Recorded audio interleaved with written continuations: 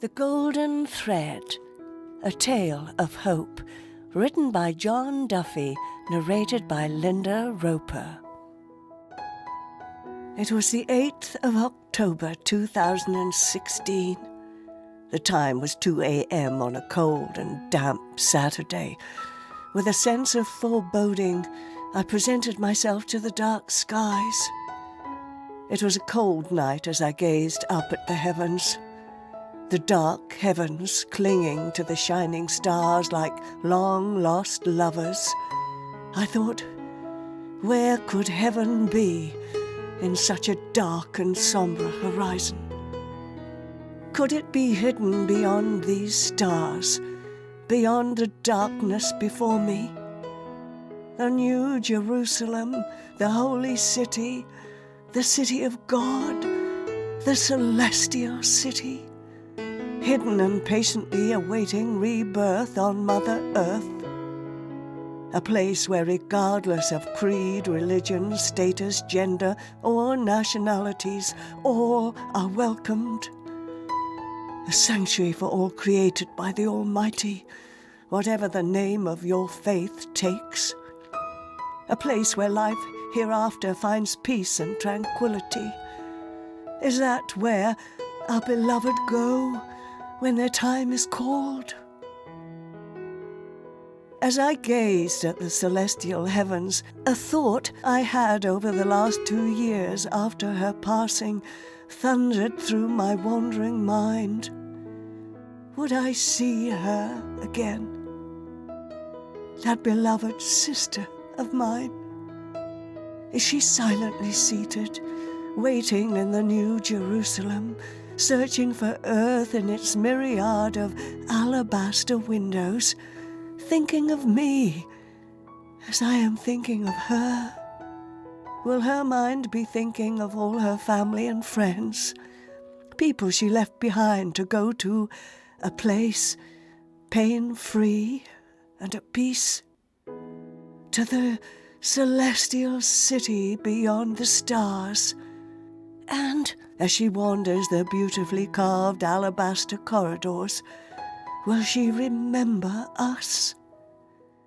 When she meets fellow citizens of the holy city, and as they sit and share stories and songs of yesteryear, will she remember us as she speaks and sings? Is this a dream? I paused for thought. Am I still asleep? With my mind filled with deep-seated thoughts, I looked around.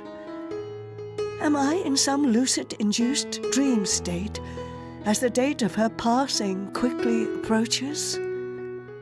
Am I awake within a dream to find the answers to which I seek? Will my call for answers be heard?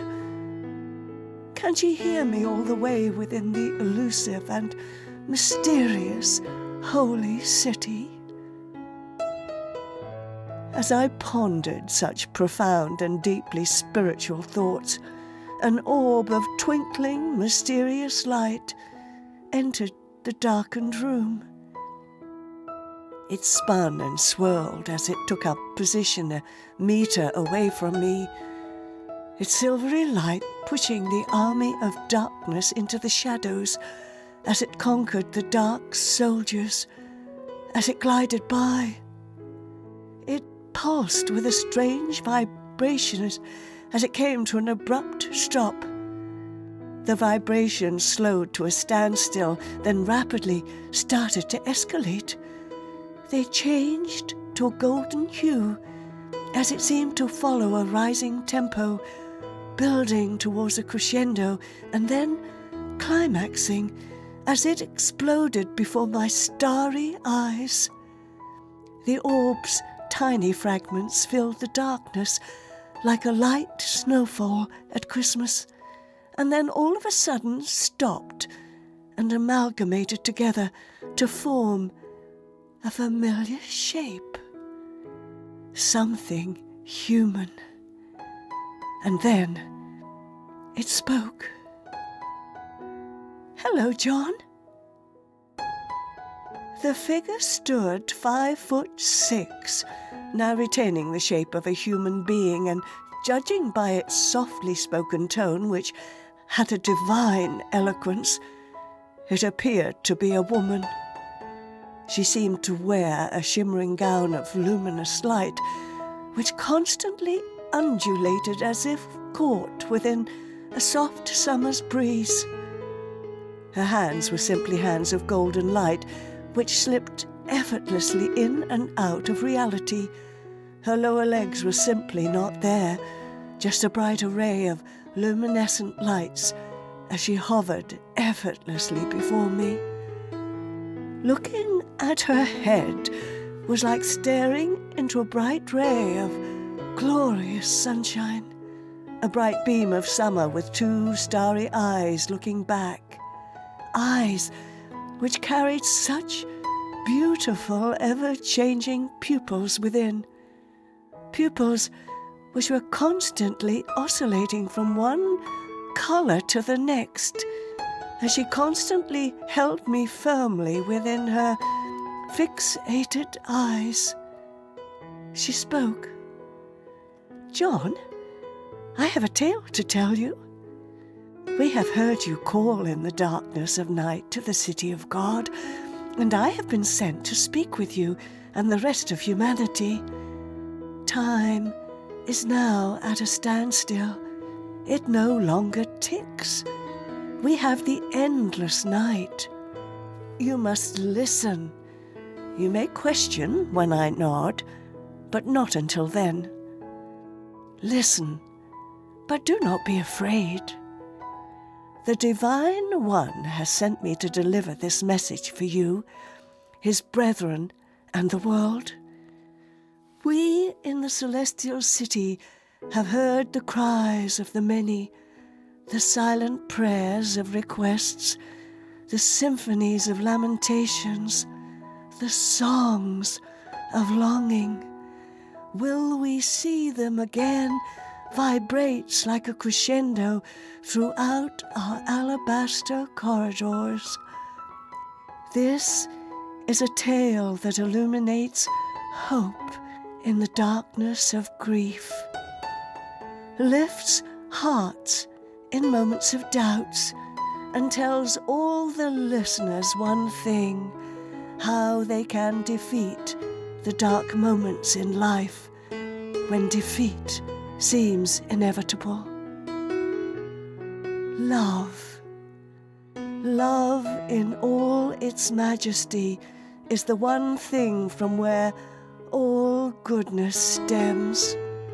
Love is the king and queen of life's emotions, merged as one. The empire from which kindness, compassion, empathy, charity, and hope flourishes within. Love is the greatest gift we can ever bestow to anybody, any creature, or any occasion, for it elevates the soul and energizes a weary heart. Are you ready for a journey into the unknown, John? Are you ready for the tale of the golden thread?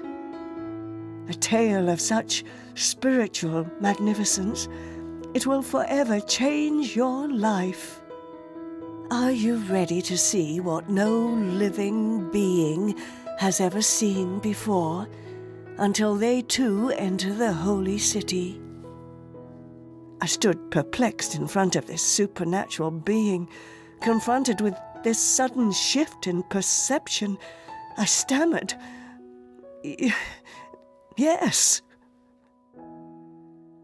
A feeling of contentment slowly replaced my initial fear as I tried to absorb every detail of this otherworldly creature hovering before my shell-shocked eyes.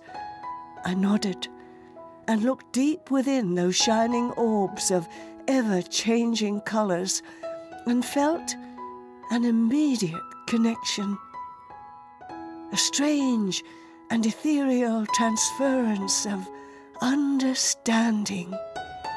that I was safe from anything and everything, my worldly worries dropping like autumn leaves in the wind. Fear replaced with a wonderful, ever-increasing vibration of love. A deep, resounding blanket of comfort which seemed to envelop my senses as she held me firm within her fixated stare. Her next word struck me like a soft shout of announcement. "Up we go, John. Let us begin." The golden thread. Those we love, all those people and even pets, we stay connected to them no matter where we are in the world, this world or the next. We connect, and even though the thread may get stretched in times of hardships or emotional turmoil, it will never break or snap, but it can go dark and lose its golden hue. She clicked her fingers, and we suddenly materialized into a busy maternity ward inside a private room. Before us were a proud mother and her newborn baby. "Look closely, John." As she clicked her fingers once again, a golden thread appeared, connecting the newborn baby to the happy mother. A connection from one heart to another. The bright glow emanating from the strikingly beautiful golden thread filled the small room with a glorious light, a light of love. Our first golden thread starts at birth with our mothers, for they share the same space as us, as we also share their most intimate recesses. For at least a short while, we share everything on a deeper spiritual level, more in fact than one can imagine. For all those beautiful children of light lost within this transition, before the light of birth, for whatever reasons, the golden thread once formed never goes dark, but instead the Divine One has made it so that those lost stay connected with their beloved mother until they too meet once again within the walls of the holy city, or if they choose to do so, they can visit whenever they wish. They, the divine children of light, grow and age in the holy city as they would have done in life, and all command the sacred names bestowed upon them by their beloved mothers, whether spoken or silently thought. This is the blessings of the Divine One. We all have a right to feel love, and His decree is the universal law. Somewhere, deep within all mothers, is that sacred love of their children. They never forget. They may hide it to others, but the Divine One knows this, so keeps that bond in place. For the children to find their mothers in the darkness that may raise questions in their minds, and for the mothers to be surrounded with her child's love if they choose to visit. It is always there. That's why the golden thread of all mothers never darkens when it comes to her children's love. Those we love in life and connect with via our own golden threads, that thread survives in the hereafter too. Those we love never lose their golden thread, connecting us to them and them to us.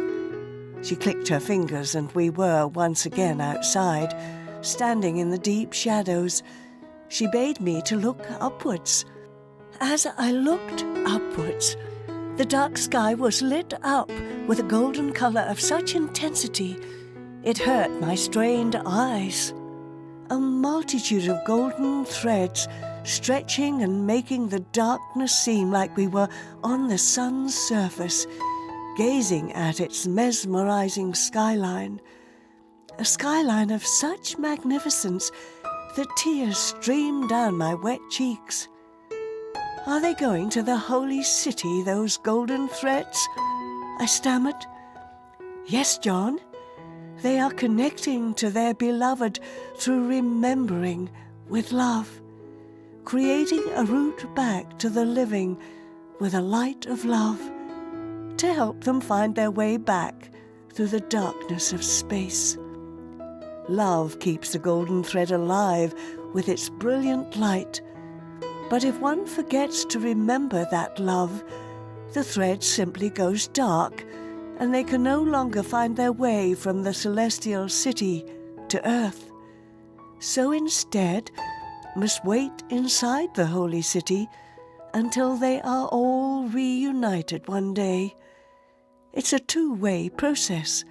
The living must remember through loving memories, for that loving forms the link between the two worlds. Love helps to overcome and transgress the boundaries between this world and the next. It has always been this way and will continue to be so for eternity. She took me on a flight lower down. Spread out before me was a surreal landscape. As people walked, I could see vast amounts of golden threads shooting from their hearts and disappearing way into the distance, a sea of luminous, shimmering gold. She nodded. I spoke. Do these threads ever get tangled with others? She replied with a smile. No, John.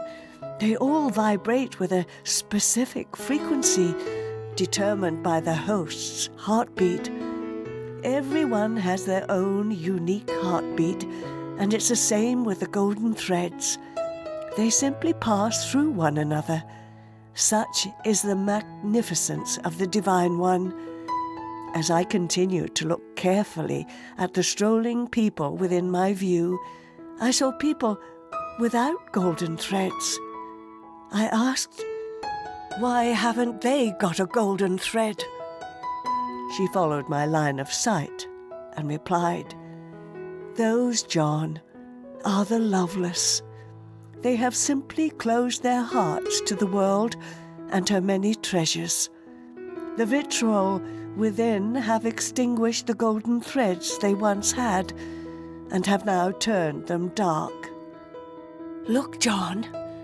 Look at the shadow beings that now clings to their backs.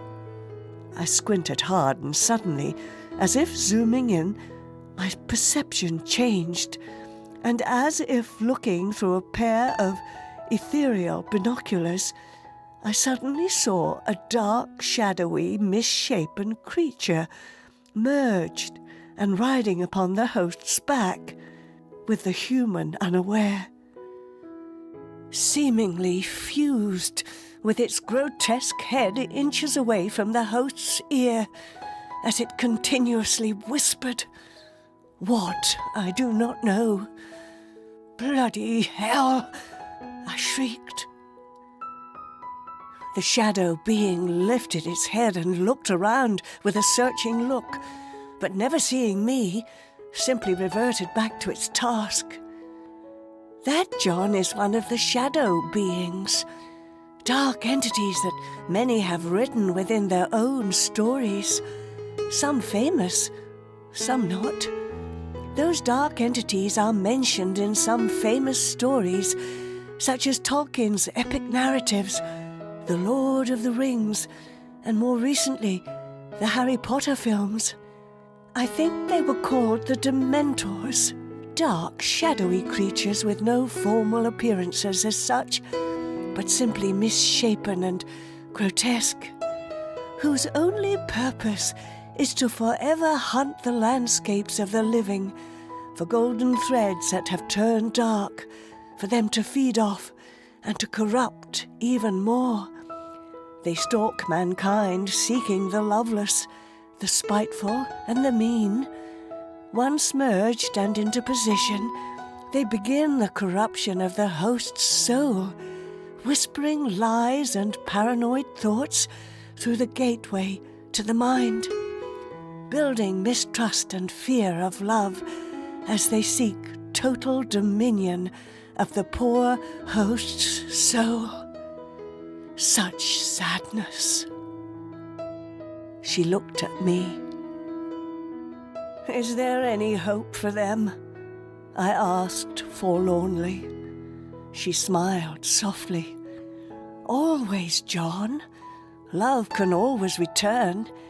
It just takes a soul brave enough. A soul who will look past the shell of hatred, the self-professed shield of self-doubts and vitriol. Past the pain and disdain of the world, and to really see that rather vulnerable soul, a soul who has lost their way within the landscapes of life, to find that tiny spark of love that lies in a deep slumber as the darkness of the shadow beings surround it. There is always hope. Whilst only waiting for love to reignite its golden threads, it sleeps, always waiting to shake off the miserable grasp of the shadow beings, to announce its sovereign reintroduction into the arms of love once again. The homeless, the drug addicts, the destitute, the depressed and many more, the masses forgotten by societies who choose to simply ignore and walk past. But as I said before, it takes a brave soul indeed, for a host to shadow beings is a formidable challenge. But if one can fight for that love, beyond the fear and doubts, past the pain and suffering, they can find the most magnificent of love, for the greatest of all love has always had the most dangerous of paths. At the root of so many loveless people, blindly going between A to B, the problem can sometimes be found at some emotional imbalance, something tragic which led them into the darkness where the shadow beings thrive. Drugs, abuse, alcoholism and gambling, to name but a few. Love can help to lead them back into the light, but it's a treacherous path. There are many brave souls in the world, though, and we in the celestial city always pray they keep the strength to stay the path, to save just one more soul from the endless dark the shadow beings herald. She nodded, and I spoke. The shadow beings, what are they? With eyes which portrayed pain, she spoke. The shadow beings, you will be shocked. They are the loveless souls who no one loved or took a chance upon and became bitter. They are the loveless who shunned the world and the chances of love when she presented herself. The truly cruel, the mean and heartless souls who stalked the living in life and now do so in death. What draws them back from hell are the dark threads. The darkness disfigures them beyond looking human, and they now feed off fear and corruption, so stalk the living. As she swept her hand, a new and bleak and depressing horizon appeared. A new landscape of grey mists and long shadows. A low humming filled the stale air, a slow drumbeat of foreboding fear. As I stared, people suddenly appeared within focus. Dark threads shooting out of their chests, but simply going down into the ground, and not up or connecting to anyone like the golden threads. As they walked, strange and misshapen creatures clawed their way along the dark threads, finding their hosts, and when positioned upon their backs and next to the ear, they silently fused and merged, invisible to the world, and the whispering began. She followed my line of sight. As she waved her hand once again, we were high up. The world sprang into full view. A world of shadows and grey mists. A world full of shadow beings. A world steeped in whispered lies and hatred. The number of the loveless increasing each day as the shadow beings continued to rise from the pits. She spoke. John, the world is nearly at a precipice. We in the Holy City see it for what it truly is. War, terrorism, fear, and in these times of darkness, the world needs love like never before. The shadow creatures seek to corrupt, but love also grows stronger every day. We are in the age of Aquarius. The lifting of the veil has begun. We all pray hard in the Holy City for love to prevail. As Jesus was being crucified, Longinus, the blind centurion who plunged his spear into the Divine One's side, was spared the eternal darkness by our Lord's blood spilling on him, and with the words, Omnia vincit amor, he was healed. The shadow beings always seek out soldiers, for they all deal in death and destruction, shunning love through their training. Jesus saved Longinus. The Gospels of Nicodemus may not carry the Lord's shout of forgiveness, but as all things spiritual, one has to use faith and believe it happened.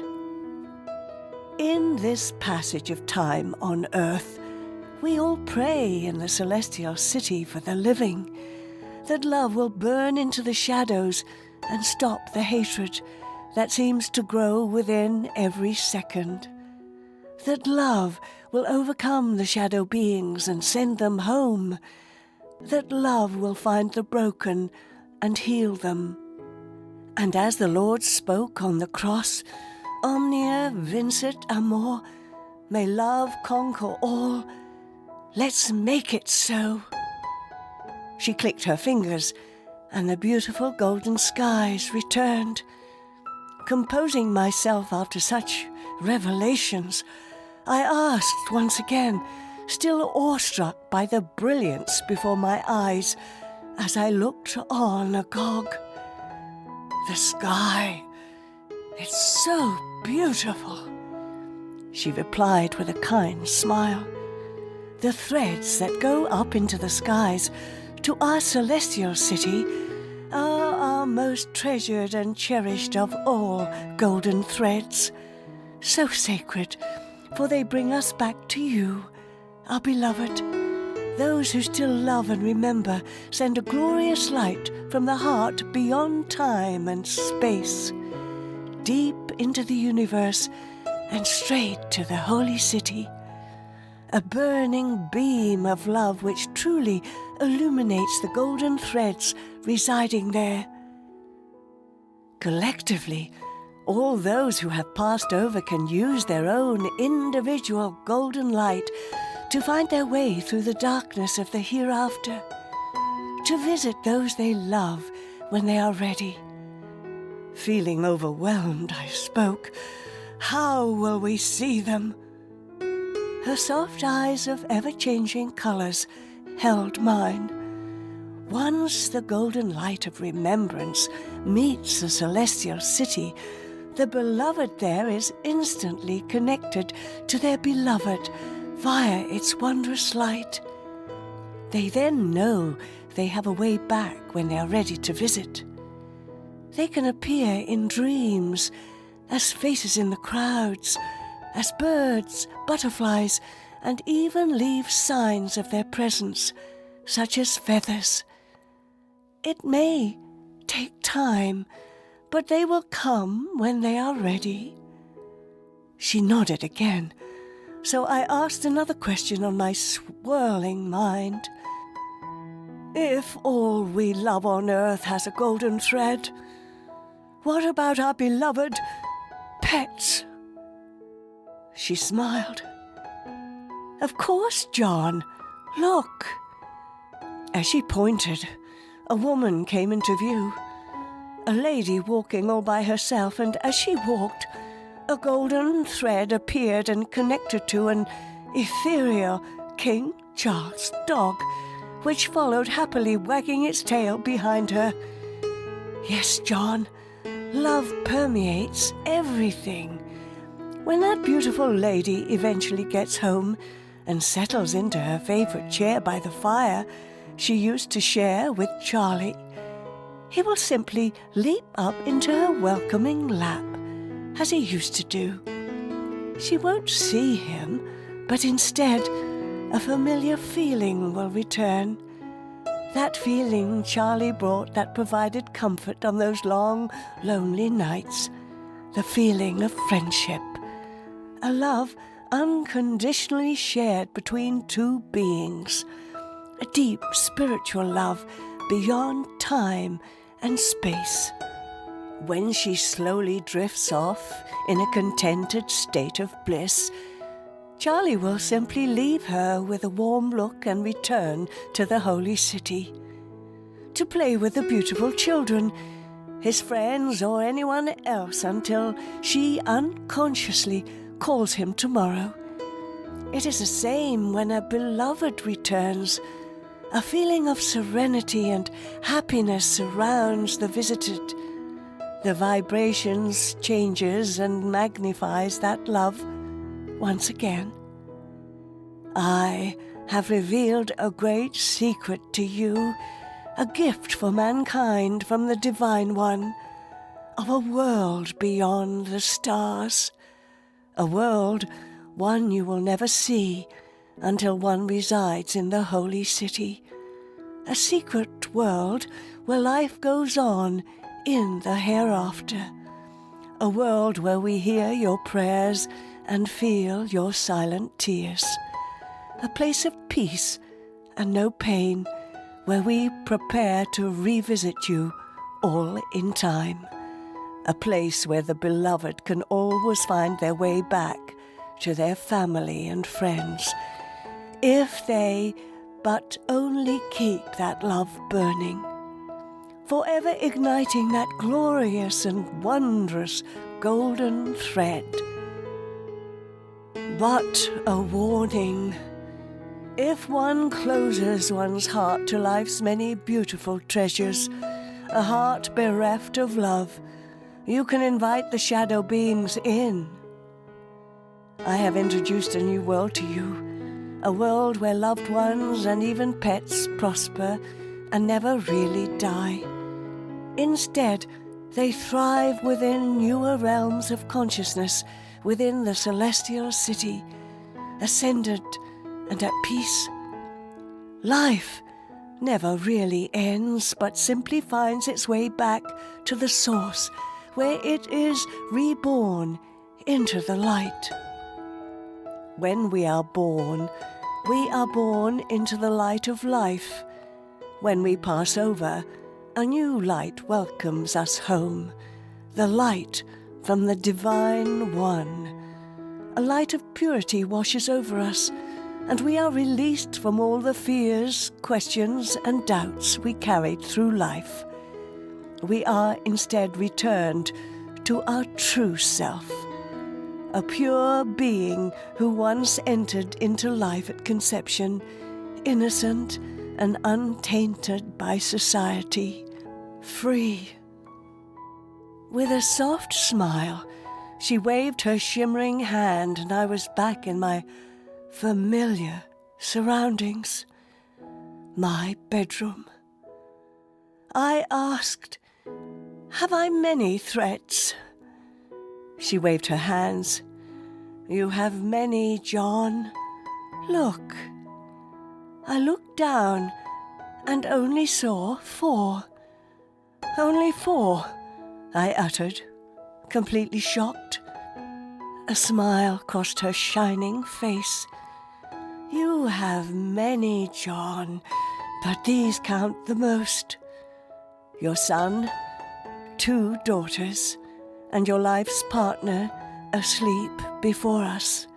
For you, these burn the brightest, for they are the essences of which you are, which is constantly returned through their love for you too, their father and life partner. It is the same the world over. Those we love and who love us in return send each other strength in moments of need, offer support, and can always tell when they are needed. Have you ever had the urge to go home early, go and visit someone or get in contact urgently? Such is the power of the golden thread's connection. Remember this tale. See and behold.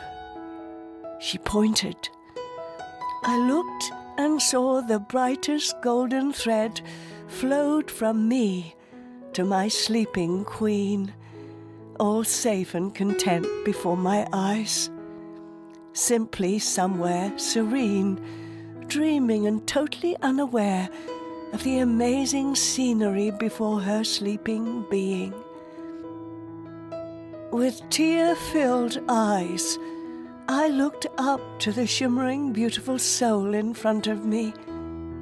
She spoke. "It's nearly time to leave, John. Have you any more questions?"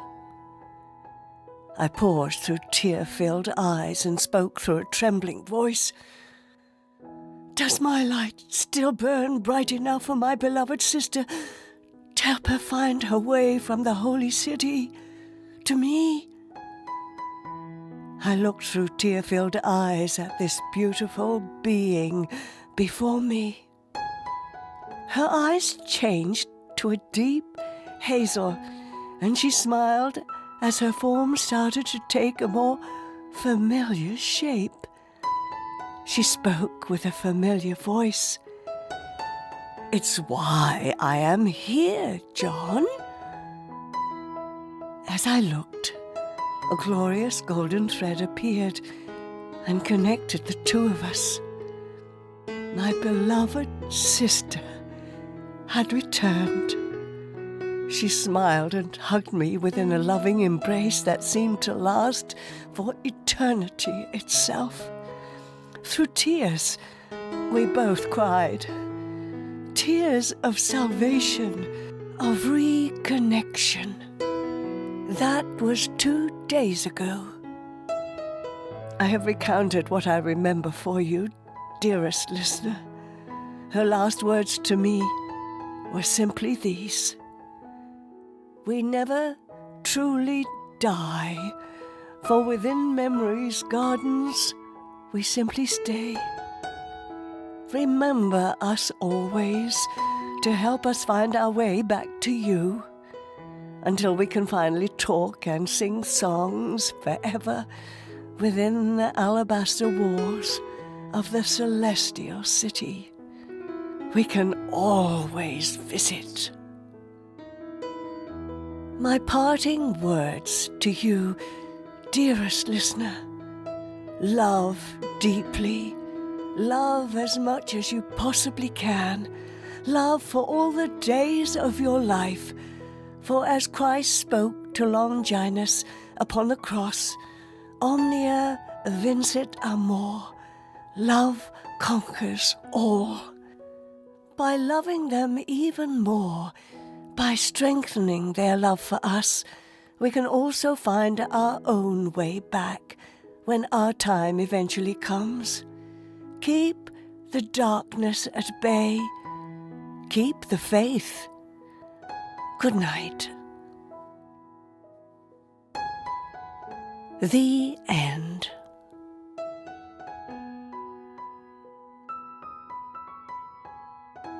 This has been The Golden Thread, a tale of hope, written by John Duffy, narrated by Linda Roper. Copyright October the 9th, 2016 by John Duffy. Production copyright 2017 by John Duffy.